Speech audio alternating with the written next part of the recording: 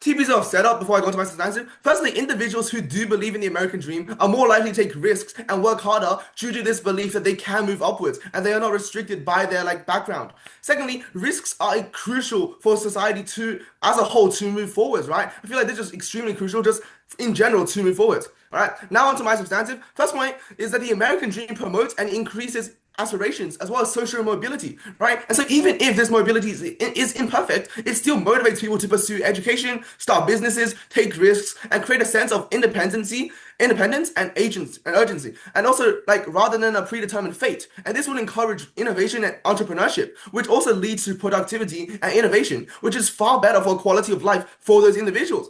First of all, mechanism, right? Since people do believe in this, right? They believe that the future is completely up to them. It is not predetermined by things like their family background, their upbringing, and so they think that they have full control over their future. And so this just leads to more self-confidence for those people, as they have this belief that they can move up this ladder, they can move up this hierarchy if they work hard, and that it is possible for them, and they're not really restricted by anything. Right. And also this just leads to them working harder and also working better and also just being way more creative and taking more risks as they have this self-confidence in them. They think that they're not really restricted. Now opposition might try to come out and say that they take too many risks or they might take a too dangerous risk. This is kind of wrong as they simply won't. They said they won't because self-confidence doesn't really translate to blind arrogance. They still have this critical thinking that is required to make these smart risks and they are aware of what they're able to accomplish and aware of what risks to take. Right, so whilst there is still a chance these risks go wrong, I believe that most of them will still go right, and they still will be able to achieve good stuff. And also, the American dream will make people more likely to chase entrepreneurship and innovation, especially among disadvantaged people. People who are such as low SES people. This should be weighed far more compared to other people, as I believe that they are the vulnerable stakeholders in this debate, as they are at the most risk with this change, right? So if we are able to greatly help them, even if some other people lose money due to or maybe they failed some risks, right? Maybe they keep working too hard. It is still worth it due to these low SES people being so vulnerable in this debate that they just weigh more. They should weigh greater. And so what impacts does this actually have? Yeah, point. The chances of people actually breaking is so unlikely because there are so many really powerful corporates. So the ladder to climb up is actually almost non-existent. So you're saying on your side you would be fine with so many people going bankrupt if only a few people succeed, right? No, not everyone will go bankrupt. I feel like the majority of people will still be able to achieve higher. And it's because whilst the top, maybe the CEOs, those parts are still restricted by only a few people. Within the ladder, there is just so many other positions to move up. They can still easily climb this ranking, right? And also, even if this ranking might not actually be correct, even if this thing doesn't really work out, right? I feel like the American dream, just people believing in it, will actually just help them a lot more. And I will elaborate later on in my speech.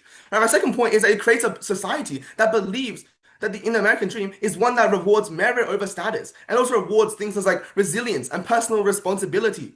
Few pieces of mechanism, people are no longer rewarded or judged, right, or feel restricted by their background. For instance, their family, financial situation or their upbringing. And this is because people will now start judging each other and rewarding based on things like your personal responsibility, your resilience, and your merit, and your own achievements. As now people believe that their upbringing and family situation doesn't necessarily determine the person and their ability to move up in this hierarchy and move from, say, lower class to upper class. And so this creates just a far better society as a whole. As now instead of being judged by things such as your family financial situation that were out of these people's control, right? They couldn't really control where they were born into. And this demoralizes them and makes them work less efficiently and less determined as they believe that they can't move up. They are chained. They're held back by their family situation, maybe by where they were raised.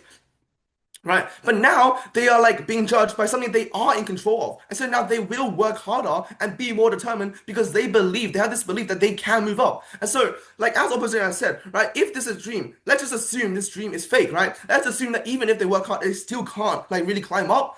It still doesn't really matter too much as it still is overall beneficial for society. And this is because even if it's fake, right? They will still try to strive for it. They will still try to work hard to achieve it because they believe in this. Meaning, even if they don't achieve it, they will still achieve at least something. They will still achieve a better quality of life for them, as they are just more motivated and work harder. Meaning, even if it is fake, it still has a major positive impact on society, as it still motivates people, as people believe in the power of, as like the power of the American dream isn't about whether or not it's actually real, whether or not it actually works. It's actually mainly about whether or not these people truly believe in it, right? I feel like a society that does believe in this as a whole is just far better than one that doesn't. Finally, so like a society that works, right, based on the American dream will just reward merit over status, right? As I've already proved earlier on in my speech, this will be also greatly beneficial, not just for society as a whole, but for things such as like university and also jobs. Right, as now in those interviews, right, or when they like look at your resume, when they're trying to see if they're going to hire you or they accept you into this university, they won't just base their decision off things maybe like your upbringing or like your family situation, right? They won't just like purely judge it off that. They will like, because these people also believe in the American dream, right? They will like rather like base you, they will rather like give you a more fairer chance. They will just like look at your like own accomplishments, at what you have done yourself, and they won't really like create any like as much bias, because they won't just like bias or like create bias against you, maybe because of your background or like your upbringing. Right? And so like I feel if a society as a whole do like everyone does or the majority does believe in this American dream, then the American dream will become real. As like if everyone starts believing and working and acting accordingly to it, right, then this will just create less bias and allow these people to move up in this hierarchy. So therefore it will become true within society. So with that, I'm very proud to propose. Starting off with my speech, since side government did not really do that much framing, I'm going to be providing some additional framing about what this debate is and how it should be judged. First off, obviously, this debate's happening in the USA because it's an American dream, and so it's obviously irrelevant outside of the USA, just like how the British dream would be irrelevant in Thailand. Now, the American is a dominant belief. What does this actually look like? As a dominant belief in society, the American dream is asserted as a fact of what America is like. Today, you can see the illusion that America is currently abiding by the principle of the American dream in society and what the government says. And this is also how Trump won the election. And so in today's world, as a dominant belief, the American dream is followed not just as a guiding principle, but as a fact of what America is like. And it's popularized by those in power in the USA. So now, since this debate is happening in the USA, let's look at what America likes right now. Now, I believe everyone can agree that Trump's administration is doing a horrible job. First off, the youth and Gen Z and just people in general cannot afford the simple cost of living. They cannot buy places to live because of the inflation caused with the Iran war. AI is taking away entry-level jobs. The salary in the USA has not progressed at the same rate that the housing crisis has. Trump won on using the American dream as propaganda, and then completely went against this principle. Oil prices in the US are soaring from the Iran war, and oil as the bedrock, the foundation of everything in the USA, this is obviously detrimental to everyone. And overall, America is just an oligarchy where the rich have power and the poor do not, and it is no longer a meritocracy in any way because the rich and those in power can affect politics and to systematically oppress the poor, meaning that the American dream simply is not true anymore. Now, what was America like? America used to be a land of equal opportunity. It used to be a place where people can make a future. It used to be a place where the American dream was true, and it was the America where the American dream was made. This was the America that the American dream was rooted in, and it is an America that no longer exists. Now, moving on to my rebuttals. Heads up, a lot of my rebuttals are already in my case, and so a lot of them are going to be integrated. But I have a few explicit rebuttals to make first. First off, it doesn't matter. First off, it doesn't matter if yes.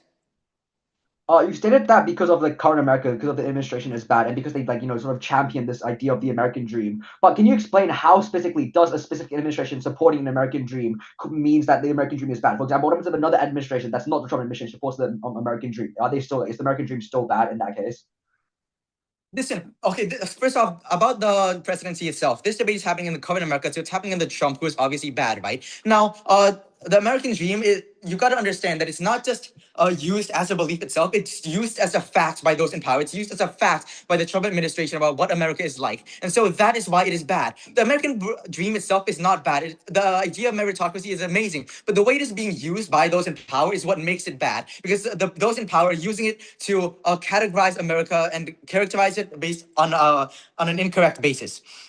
Now, first of all, it doesn't matter if people who believe in the American dream try to move up the ladder, because the ladder does not exist. As I said before, there is oppression and oligarchy and systematic barriers preventing people from moving up in the current USA. Because America is such an oligarchy nowadays, it is not a meritocracy. People cannot move up, and so it does not matter if these people are more willing to take risk and sacrifice if there are no opportunities for them to take. This also means that not only is this risk taking and enterprise unattainable, it will also result in damages and harms to them. They will lose money and resources, which is even more detrimental in today's America because of how much inflation has had an effect on the U.S. economy, meaning the amount of money and resources these people are going to lose will affect them even more. And their claim about most people will being likely to succeed is just not true because of everything I have said about the systemic barriers that make this untrue. Now, second rebuttal about how the American dream as a dominant belief isn't just an isolated personal belief like side government claims. As I've said before, the American dream is not just something that a bunch of people believe in and a bunch of people want to come true. As a dominant belief, it affects what the government says. It affects what is believed to be true. And as a dominant belief, the American dream in the status quo can very obviously be seen as something used to characterize what America is like incorrectly.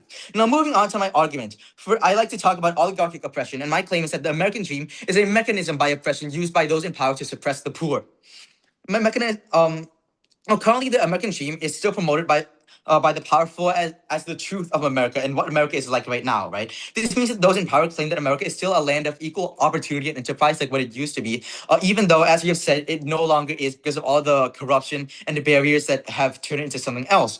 Not only is this ridiculous on a principle level by asserting a lie as a truth, it also allows the powerful to justify their oppressive actions. Right now, the powerful use the narrative of a fair America and an America that abides by the American dream to avoid change by not recognizing the problems with the current system and therefore not taking any steps to change them.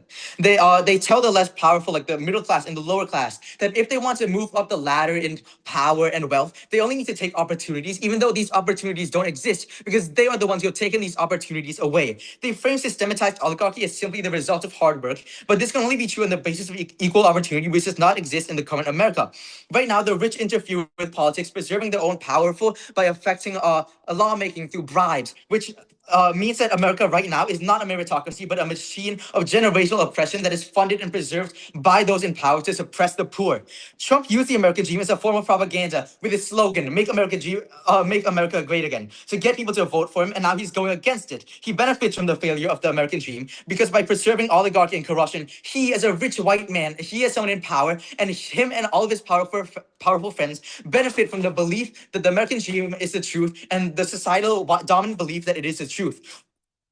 The impact of this is as follows. One, the rich blame the poor and don't make any change because they have seen no reason to recognize the failures with the current America that they have caused. The less powerful do not recognize their own exploitation and blame themselves because of how much the American dream is promoted as a truth, meaning that they do not effectively campaign for change within those in power, and they cannot effectively bring about change for themselves and their socioeconomic status.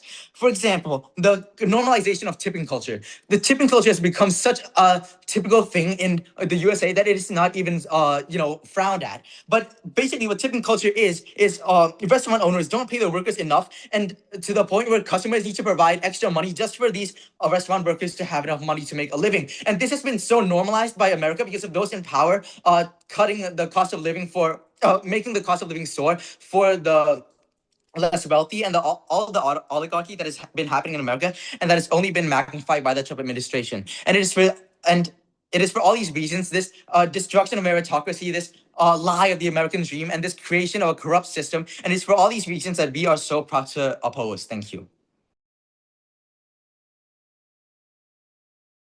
One. So before I can present my case, I'd like to point out, a few major flaws the opposition have made in their case. First of all, they come out with this piece of framing that this debate only occurs in the USA since the American dream. Yes, the American dream, yes, it originated in the USA, yes, it was popularized by the USA, but these core ideal values that it represents, these are universal values that apply to everywhere. This is actually an international debate, not just one strictly in the USA. It's already, mitigates a significant amount of their point by, this being an oligarchy that oppresses the middle class. Even then, they say that the American dream isn't true anymore. But the main benefits that come from the American dream is the belief in the American dream. As long as the public believes in the American dream, all these sort of benefits we see of, that I'm also going to talk about, my first thing's already spoken about, they are true as long as the public believes it and it's the dominant narrative.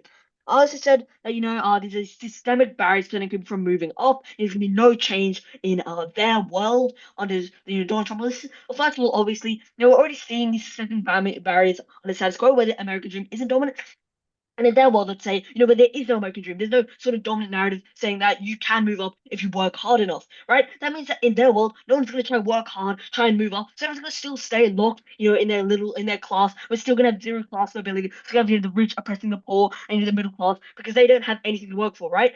Because in their world, there's no motivation for them to try to work hard and try and move up. Like in our world, there's a hope of social mobility. People try and move up. There is there's more chance, a much greater chance, at least to an extent, that there's gonna be more social mobility in our world, which the American dream is dominant in comparison to their world, where the American dream isn't dominant. People have no motivation, no reason to try and move up through these classes.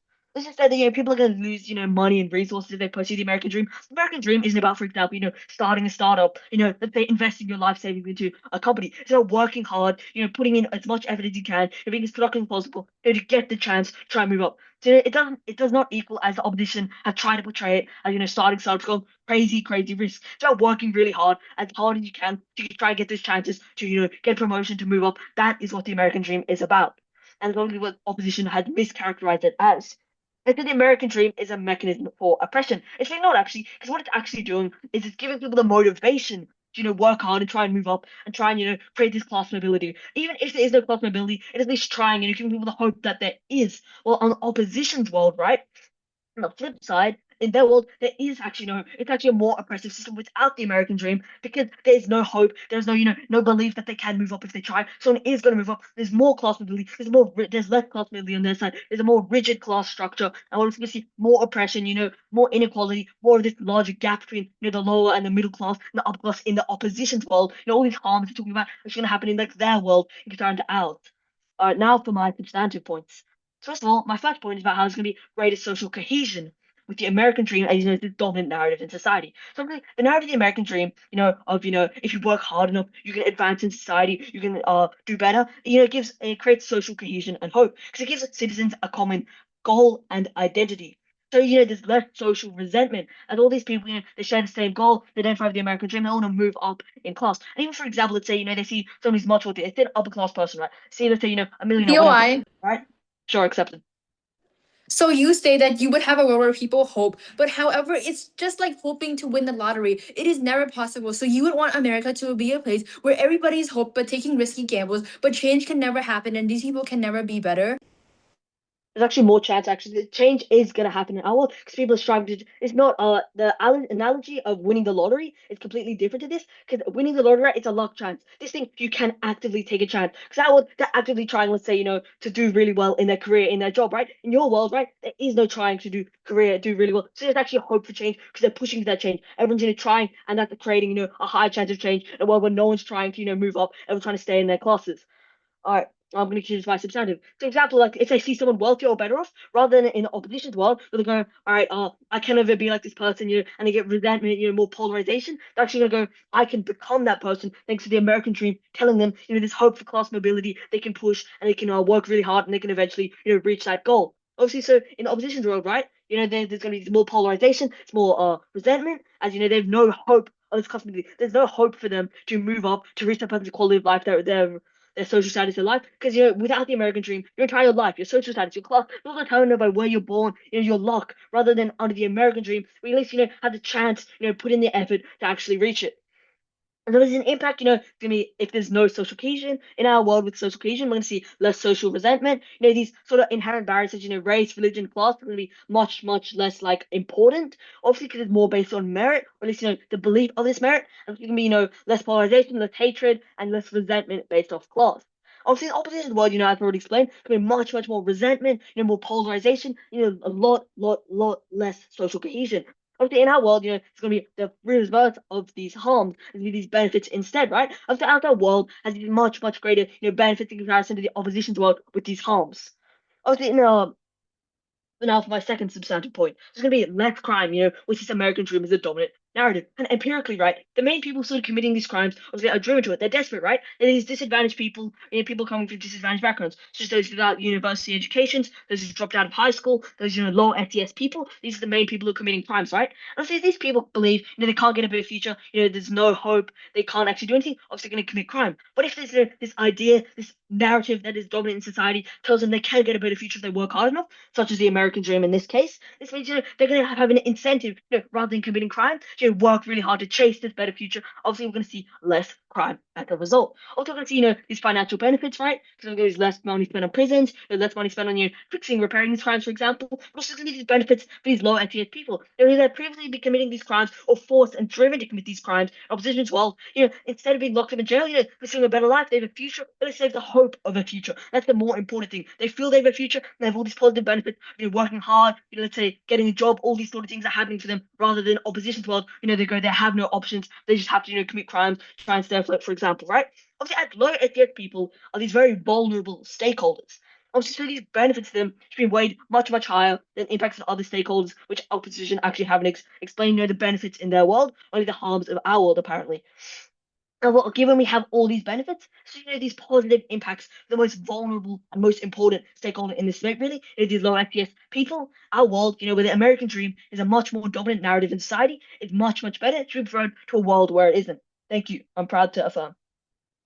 This belief in the American dream is not like the lottery, because if you failed in the lottery, you don't die, you don't go bankrupt, and that is actually the largest harm on the proposition side.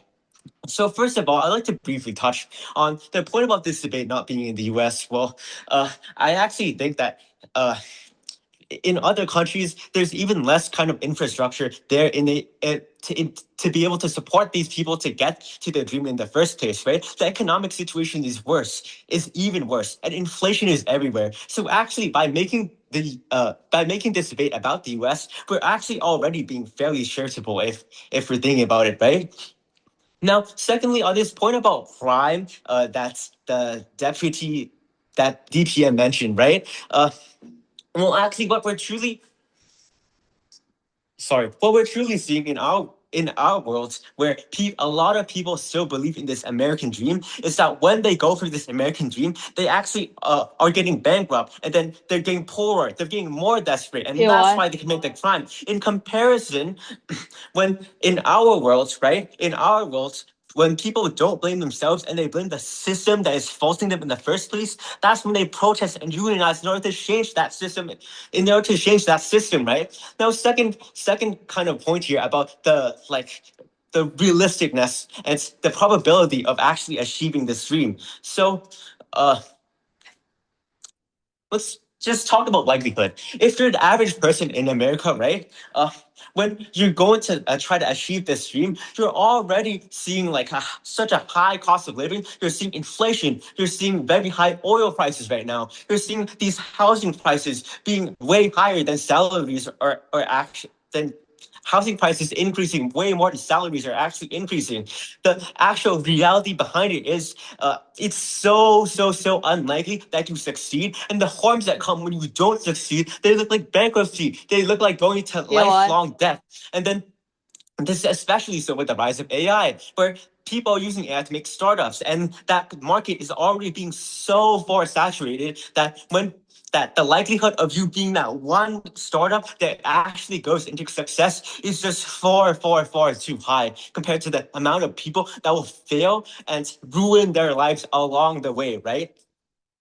Now, third point, kind of about this mental health, right? About what people are actually thinking with these different narratives, right? I think the main difference is who people think are actually at fault, right? So what on their side of the house, people blame themselves as for the reason to not achieve their success, right? They think that, oh, because of the American dream, I'm just not working hard enough. I'm just not taking enough risks in order to actually achieve this dream, right?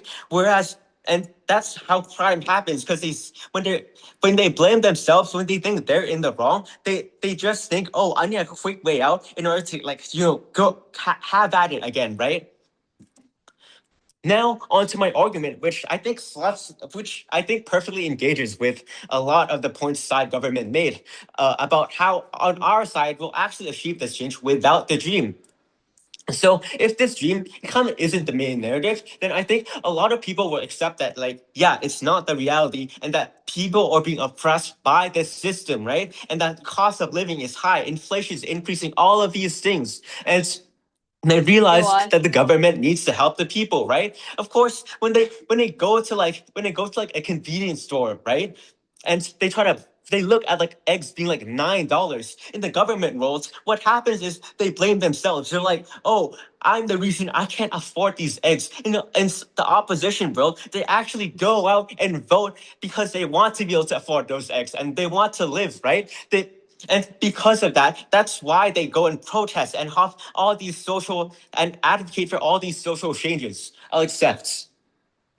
Given in status quo, let's say most people don't believe in the American dream and don't believe that, let's say, hard work gives better results, then how come people aren't, let's say, campaigning for change or doing all these things you've described are happening in your world?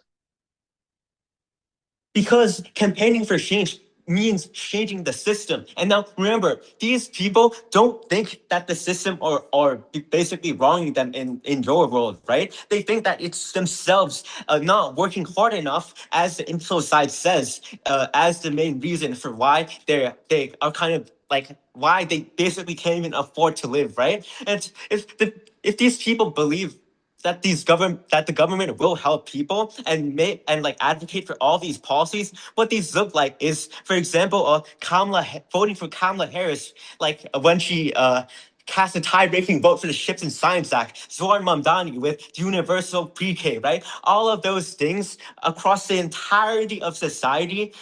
Uh, Across the entirety of society, like healthcare, education, helping people in poverty with like food stamps. All of those things stem from this belief that it's not because of me not working hard enough that is a reason for my like poverty, but it's because of this system that has wronged me, right? And that belief comes only and only on our side, right? Only on our side we have people believe this. It's the type of uh that like people really think that things need to change, that the system that's costing them so much needs to change in the first place, right? It's only on our side where these vast majority of people can actually afford to live then, let alone be able to even take that risk in the first place. Now, I actually have another argument here about this dream actually removing individuality and basically like autonomy to choose where you go. What this American dream also looks like is a set of rules, right? It's a set of rules where it tells you to go like get a job or start a startup and work incredibly hard and buy a house. And they have this very strict definition of success, right? And with this being the dominant narrative comes with this massive social pressure, right? And the thing is, like, people never ask for this to be what success looks like. Maybe I want to not buy a house. Maybe like instead of like getting a wife and having kids and having all of that, maybe I want like a dog instead. Maybe I want to pursue arts instead of buying a house, right? All of those things, you don't get that choice with this flourish narrative as well, right? And even if the dream succeeds, maybe like that's not even what I want in the first place. And for all of those reasons, I'm so proud to oppose. And one. All right, so ultimately, this debate boils down to two main questions here. Number one, are these outcomes from the American dream going to be beneficial or detrimental for individuals and society? And number two, is social cohesion and which one's more important, social cohesion or preservation of inequality? And I'm going to be telling you on why we decisively win on both of these, clashes or questions. But before I do so, I'd like to quickly clarify some things. So, first of all, opposition tries to point out by saying, oh, because the administration is that, and the administration uses the sort of American dream to, control individuals. But that's not really like how it works, right? Because just because an administration supports something, even if it's positive, doesn't mean that the actual thing is negative, right? For example, food is something that's essential for humans, right? But if someone uses starvation as a form of control, that doesn't mean the problem is on food, right? It means the problem is on the individual using starvation as a form of control. And moreover, opposition also says the American dream only occurs in the US, which is pretty much wrong because the American dream doesn't mean it has to be situated in the US. It means it's more prominent in the US and it doesn't transferable to other countries. But even so, I would prove that regardless of if it happens in the US only or not, why we still win the case. So now onto my clashes. On the first clash, are these outcomes to be beneficial beneficial or detrimental? What do we tell you? We tell you that under our argument, we tell you that the American dream promotes and increases aspirations as well as social mobility compared to a society without this narrative. What do they say? They said that only a small portion of these individuals can succeed in example entrepreneurship and CEOs based on likelihood, and the vast majority of them are going to fail and become negatively impacted and by going bankrupt, and they're going to be like inherently systemic barriers that already prevent people from moving up regardless, which kind of like ruins their chances from the start. Now I'm going to give you 4 reasons as to why this isn't necessarily true. Now, number 1, individuals following an ideology in the American dream doesn't always equate to gambling your life savings on entrepreneurship, right? And the vast majority of these cases are just like working harder, becoming more disciplined to chase better occupations. And even in the cases where individuals do taste risk, like they're more likely going to prefer that chance of achieving something compared to being forced and having no option to live in their current life without doing any change if they lack this motivation. Now, number 2, systemic barrier is something that can be mutual on both sides, right? But I want you to recognize the key difference on our side is that the American dream gives these people a motivation or reason to pursue their dreams, right? And which gives them the chance to escape these systematic barriers instead of being stuck in them and doing nothing, which is the case in opposition's world, because there's no motivation for them to escape it, right? They already believe, oh yeah, my destiny is set because I'm in a bad, like on family, I'm in a bad, environment. They don't really try to escape these systemic barriers. And we already see that systemic barriers are all the time. Like we see people escape them all the time because of this American dream ideology, or a lot of individuals believe that they can escape it, which actually proves that individuals have a higher chance to succeed with the American dream in escaping these systemic barriers. And number 3, even if you don't believe this, a society that pursues success and productivity is going to be a greater net benefit for everybody, and that itself is going to be something to outweigh the small demographic of individuals potentially suffering from this that opposition tries to frame as something extremely detrimental. And number 4, the scale of the harm of these risks are genuinely going to be really like not as substantial as the opposition frames it as, right? But like compared to the benefit they get from pursuing the American dream, because these individuals who are already at risk are already inherently in really financially unstable situations or negative environments, right? That's the whole reason why the American dream is going to motivate them, and which already suffered from the harms of these risks. They're more likely to be like already at the lowest point, and therefore like they won't really suffer any further point, right? They're already at the lowest point, they can't really suffer any further. But if you compare this to the impact of the benefit they can achieve, this will be so much more substantial. You have to weigh this so much more heavily because it actually has the potential to change the life much more substantially compared to these really minimized harms that opposition tries to outweigh. Now, why does this point still stand? Why does our argument still stand? 3 quick reasons. Number 1, the ideology of the American dream inherently motivates people to pursue education, start businesses, take risks, etc. Number 2, this creates a sense of independency and agency rather than predetermined fate, and this rather encourage innovation and entrepreneurship from a larger demographic of individuals, specifically empirically disadvantaged ones, right, which are more vulnerable stakeholders. You have to weigh this more heavily. And number 3, even if this mobility is imperfect, right, not everyone will achieve their goals, it will still cause individuals to attempt to chase aspirations, which still leads to greater societal productivity and innovation that increases the quality of life, which is why you should weigh this very heavily. So, what should be taking away at the end of this first clash? No, basically, overall, these individuals, regardless of taking the American dream, right, a lot of vast proportion of these individuals are going to be able to some extent achieve their dreams. And in the worst case scenario for these individuals, a lot of them, the risks aren't going to be that large. And number 2, of the risk has been exaggerated by the opposition in the first place, right? There isn't like necessarily a lot of risk for individuals trying to work harder, for individuals trying to become more disciplined. There isn't any risk for trying to become more disciplined. So on to the second clash, the social cohesion versus preservation of inequality. Now, what does team opposition tell you? They tell you that the American dream is a mechanism used to oppress the poor and the manipulation of people, and it's going to be further worsened by, for example, inflation and the cost of living. I'm going to give you 2 responses as to why this is completely untrue. Number 1, the American dream itself as an ideology isn't an issue, right? It's the administration or the government that runs it, as stated by the opposition. And which the problem here isn't the American dream, right? It's the people who advertise it wrongly. It's completely irrelevant to the debate. And number 2, even if you don't really believe this, right? Like these individuals are not going to have any other options if they live in a really oppressive society. If they are deprived of the so-called manipulative motivation, they generally aren't going to have any options to work other than given these 4 systems, right? However, if these individuals actually do have the motivation to do something, do work, actually have a better chance of fighting back against this oppression or against this oppression of the American dream, because actually doing something, actually contributing, actually becoming more productive as a society, and therefore they give themselves a better chance at creating a better life and environment for themselves, which is something that's going to create a better environment for themselves, right?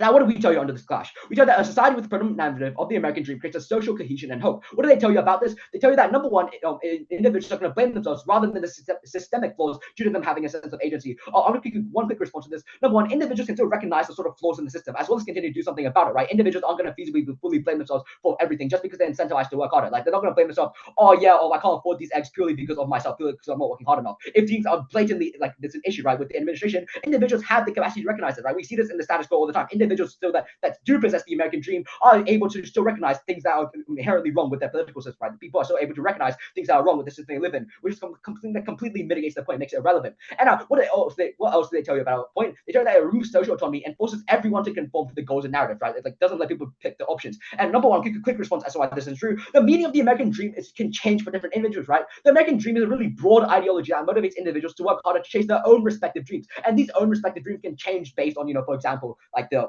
in perspective situation, right? Like if you say like the American Points. people who have the American people who have the American dream aren't going to necessarily all chase the same occupation, right? People can chase different occupations of law, entrepreneurship, etc. The American dream is just motivating someone to further chase this. Point of information accepted.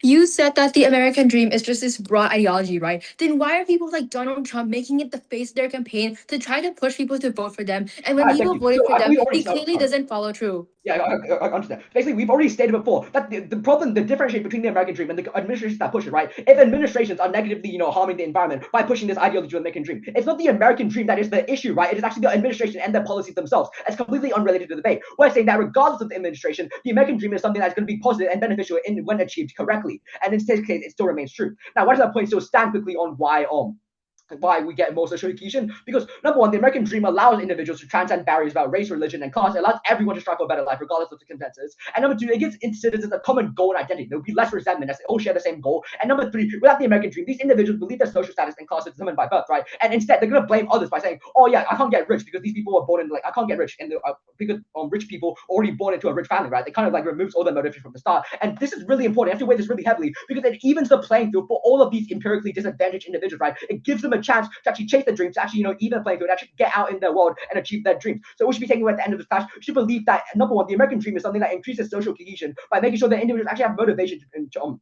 enforce change. And number two, you should believe that the preservation of inequality argued by opposition is something that's completely shifted the blame onto by the administrative government. And even if you don't believe this, that the preservation of inequality is going to be something that's outweighed by the social cohesion caused by the American dream. Thank you, and I am proud to affirm. For my clash, I would like to clear something up. Firstly, rebuttal. You said that people are already at their lowest point. They can't suffer more. Actually, they can. And because of this, you have already conceded to our point that they are suffering because of this American dream and because it is the current status quo. And instead of using that when you're already in debt and stuff and you're suffering, right? Instead of using the American dream to try to push and be great again, why don't you follow our side when we don't use the American dream and people only focus on just simply getting better instead of always needing to feel like they need to achieve stuff and always work hard. Now, before I get into my class, there's some analyzing to make. Let's talk about the best case for government side. So government talks so much about, there's always chances of getting better. People need a push, right? But panel, can't you see how risky this is? And it's not like on our side, people are hopeless and they don't work. They will still work, but they won't take that near impossible risk and they will go to more a safer side of life. And government's best case is, okay, tiny parts of the population actually make it and they succeed. And that's it. And the rest of the population are still struggling and are probably struggling even more because they attempted to use the American dream and they failed. Panel, can't you see that clearly on opposition side, the American dream provides no decent enough benefit for it to override all the disadvantages, right? But on our side, there is less of this disadvantages because people will actually advocate and for change together, like explained by my second speaker. POI.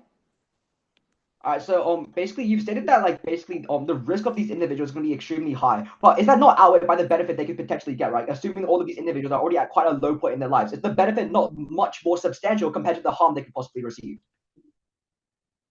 It is not beneficial because most of these people are already at the lowest point of their life. And when you're struggling, when you're in debt, trying to push forward and trying to do a risky move is just going to make you suffer even more. On your side, people are always trapped. They always feel at every single point in their life, they always need to strive for the best. However, on our side, people do not have their mindset. They are not trapped. And most of them aren't suffering in the first place because they have not attempted these risky things. Instead, on our side, when people are suffering, they will focus step by step on getting better. It's like someone who's homeless. On your side, they want to get into business class right away. But on our side, they will work slowly to try to just be able to afford an economy class seat either way. And now, before I move on to my clash, why is side opposition better than side government? So let's talk about what is symmetrical on both sides of the house. What is symmetrical is both sides of the house face the current issues seen in the USA, for example, housing crisis. But however, what's not symmetrical is on government side. Instead of fixing this, people will just try to work harder. They'll blame themselves. They'll take out loans, and it will just be an overall decline in public morale because they feel like it's their fault. What about our side? On our side, people don't push themselves. They don't take more risk, and our mental health is better because people are not only dependent on getting on fixing the American dream, because the American dream is everywhere in America. If people who are not following the American dream, they will have a decline in mental health because they feel they're not being normal. They're like the black sheep of the society. They're not conforming to the American dream. Can't you see what a big problem this is? For America is a information. place where people feel confined to need to follow the American dream. However, on our side, people who bind together understand that it's people like Donald Trump who are actually the problem, and they actually advocate for change. Now, moving on to my clash on which side causes the most change and benefit to Americans the most. My team has stated on our side that this American dream is really harmful. It's a mechanization for controlling people, right? And it is For important to information. consider. I will take this later. It is important to consider that since the American dream was made since the birth of America, almost everything has changed since then. Completely. New technology, the rise of AI, and the only thing certain in this world is change. And people need to be adaptable, and they need to be able to change over time. And back then, USA was a land of the free, where you could work hard, take a risk, make a business, and succeed. But today, when most of the power is concentrated in billionaires and top corporations, people need to adapt and learn that working hard is simply just not possible anymore. It's not their fault, it's just simply what it is today. The average US citizen today can't even work hard enough and earn a house without For taking information. out massive loans because salary hasn't progressed the way that the housing crisis has progressed. Salary hasn't progressed the way inflation has progressed. And it is clear how this American dream can't be applicable anymore, right? Yet, why does Donald Trump and corporations push the American dream so much? Because currently, the American dream isn't used to empower and change people, but it is used as a mechanization to keep the middle class and poor in check. You take out loans and mortgage, but who does it benefit? It benefits the mega rich bank and the real estate moguls, not the people. Panel. It is crystal clear that American dream simply isn't used to benefit and cause healthy reform anymore. And I'm sure that benefiting American people is the most important factor of the debate. And it is clear so many times that this mindset simply doesn't work anymore because of how America has changed. And this mindset is holding people back, and it is holding the citizens of America from living a healthy life because all they want to do is take risks, but none of these risks actually lead to benefits. And any POIs? All right, so you stated that basically without the American dream, that you say individuals will more slowly and more safely without the risk from the American dream. But how can they actually work or do anything without the motivation from the American dream that lets them actually pursue their goals in the first place? In many countries, they're not the American dream, and people are still motivated to work. You don't only need to work for the American dream. You work because you need food. You work because you need a shelter for you and your child. There are so many reasons why people can work. However, if you think about it, people who don't work for the American dream, they work from themselves. They work for the safety of themselves. But people who work under the American dream, they're under constant pressure, and they only work because they feel they need to improve. They need to climb this imaginary ladder. So moving on before I close my speech, how does government actually respond to us, and what are their points? Firstly, they said that the majority of people are still going to be able to achieve stuff in life. This is not true because the majority of people aren't rich. They can barely afford a place to live. So how are they able to actually achieve this? This is the propaganda that the rich try to spread. They try to tell you that anyone can achieve the American dream. And if you think about it, the only people who are actually possible to use the American dream and succeed is the rich. But obviously, they do not need to use this, and they actually just use this and tell the poor to work harder. And once again, you already stated people have nothing to work for, but you have so much to work for that is not just the American dream. You can work for yourself. You still need a shelter. You still need a place to live. So this is completely invalid. And lastly, on your point about less crime, people commit crime because they feel they aren't good enough for everything. They feel sad, they turn to crime. This is what's happening with the American dream. You feel oppressed. You feel it is your fault you can't afford eggs, and you go steal eggs. However, if people bind together, they realize the system is a problem and they actually advocate for change. Panel, I hope it is clear across this whole debate where our side clearly has more benefit because people aren't taking near and impossible risk. And I hope across this whole debate, it is clear how side government has no benefit and is only worsening America and the world. Thank you very much. I can hope all I want to win the lottery, but that doesn't mean I will. Especially when the lottery doesn't exist, the money behind it is a lie, and I will go bankrupt as soon as I buy a ticket. Now moving on, side government completely mischaracterized what the American dream as a dominant belief in society actually looks like. They think that the American dream is just an insulated belief that exists in the brains of each individual person and drives individual actions, which is not true at all. And this false idea is the foundation that the whole case is based on. As a dominant belief, the American dream is asserted as a truth that influences legislation and political narratives and what those in power say what America is nowadays.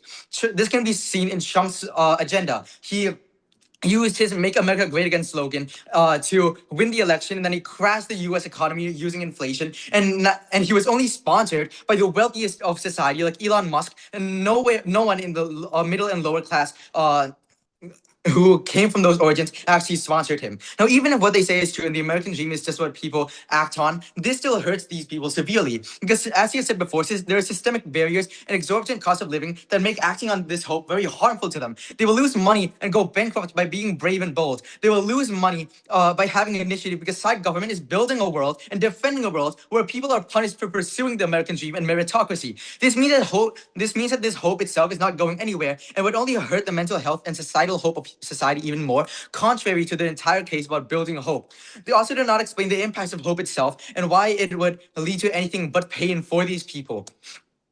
Moving on, they have also conceded to the horror of the U.S. right now, the horrible things that the Trump administration has done to society and the economy, and yet they have presented no clear way that they would actually change it, meaning that they do not have a sufficient positive case. Now, moving on to some best case, worst case, right? This is side government's best case. People have hope in their exploitation. They are systematically oppressed and kept in their socioeconomic position because of structural barriers from the powerful that are not fixed at all. They cannot afford housing. They cannot afford healthcare. They have hope and try to move up the ladder, hurting themselves even more in the process. But at least they still have hope. Now, on side opposition's worst case, US citizens lose hope in the current system. The current system, which is oppressive and oligarchic and completely violates meritocracy altogether. They are disillusioned with what America is like now and try to change it. They lobby and campaign for change that is necessary, considering the moral and literal bankruptcy of American society right now, and therefore this change passes.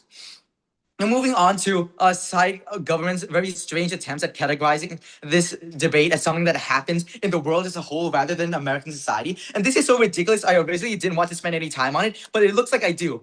Well, the American dream itself is the American dream, right? Outside of the US, the American dream is just called meritocracy. This is about meritocracy in the US. It's about meritocracy in US infrastructure and society and the economy, and turning the US into a meritocracy and turning it back to what it originally was, where people in America could build a future for themselves and pursue enterprise effectively. Even if we buy their framing, the effect of the American dream beyond America would just be negligible. I don't care about the Uzbekistan dream. I don't care about the Turkish dream. I don't care about the British dream. So why would anyone outside of America care about the American dream? They wouldn't. They would care about meritocracy, which is the guiding principle behind the American dream.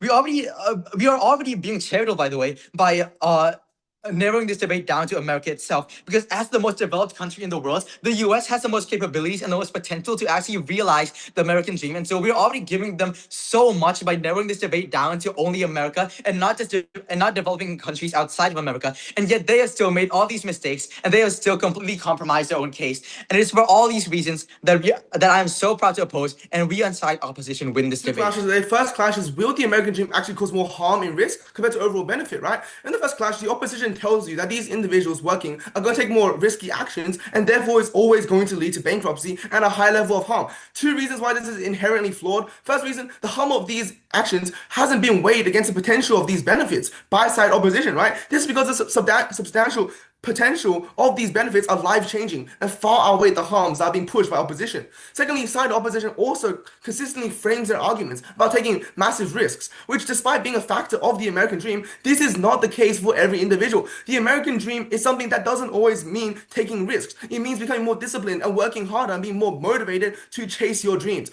To chase your goals. The opposition also says that these individuals will still work safer and based on other reasons such as needing food, etc., and don't need the motivation of the American dream. One fundamental reason why it's wrong: food and basic necessities is something that does not exceed the boundary of chasing your dreams. It is a necessity and only encourages individuals enough to get access to this, not push their boundaries and do something life-changing that positively benefits them to a major extent, as we've already stated will happen within the American dream. They also keep giving examples of America, and this doesn't really make as much sense, as they only use one extreme example that benefits them. But America doesn't really represent everyone who believes in it, right? So many people in other countries also do believe in it, just under different names, such as they say like meritocracy, right? They still believe in fundamentally the same thing, just in different names. And so, like, most of their points just aren't really as strong as they only apply to America. And my team has already rebutted most of them. And also, they have said that the issue isn't with the American dream itself, but the people who are in control, The people in control are the ones using it like wrongly. They also state that like the American dream suppresses people as a powerful user that way. No, as my team has already stated, even if it doesn't work, right, and people won't move up, my team has stated that the main power of it still comes from the belief, not the dream itself, right? Even if the dream is fake, it is still better on our side, as now people are more motivated to work, and so this is just better as a society. Whilst on their side, no one has any motivation. They just do the bare minimum to like get along every day. They don't have any real goals. They don't have any real achievements. They don't really have any hope that they can move up. So they simply just won't even try. They also say that like the dream is like it's just very corrupt, and in America it's very corrupt, and the dream is fake, so you can't move up. Wrong. Firstly, it's not everywhere is corrupt, and also they don't really prove why it is so corrupt there. And secondly, even if it is corrupt, right, the people at the top want money, so they will promote workers below them who can work better or produce better results, which are the people who work harder. Meaning that someone does believe in the American dream, right, and works harder, they will get recognized by the people on the top, even if they are corrupted, and they will just like promote them because that's how the people at the top make the most money. So they will still get promoted regardless. On to the second clash about what does believing in the American dream look like? Right? Firstly, they say that like crime happens when people start believing it's their fault. Not really, as if they believe it's their fault, right? If they have no real reason to like resent the system or like fight back against the system, right? Meaning they won't really have nearly as much of an incentive to commit crimes as people who don't believe it. Meaning that while crime does happen on our side, their side has far more. And this is because like they say that like if people don't believe in the dream, they believe the system for why they can't like move up. So they might protest. Yes, this is true. Sometimes they will protest, but the majority of the time it will lead to people committing crimes. As this is far easier than having to like have like hundreds of people to have massive strikes and protests. And so they want to commit crimes, as this is like their way of fighting back against the system. This is how they fight back. This is how they like try to get their own justice. So those people who don't believe are more likely to get into those crimes. And so with that, I'm proud to propose. Thank you.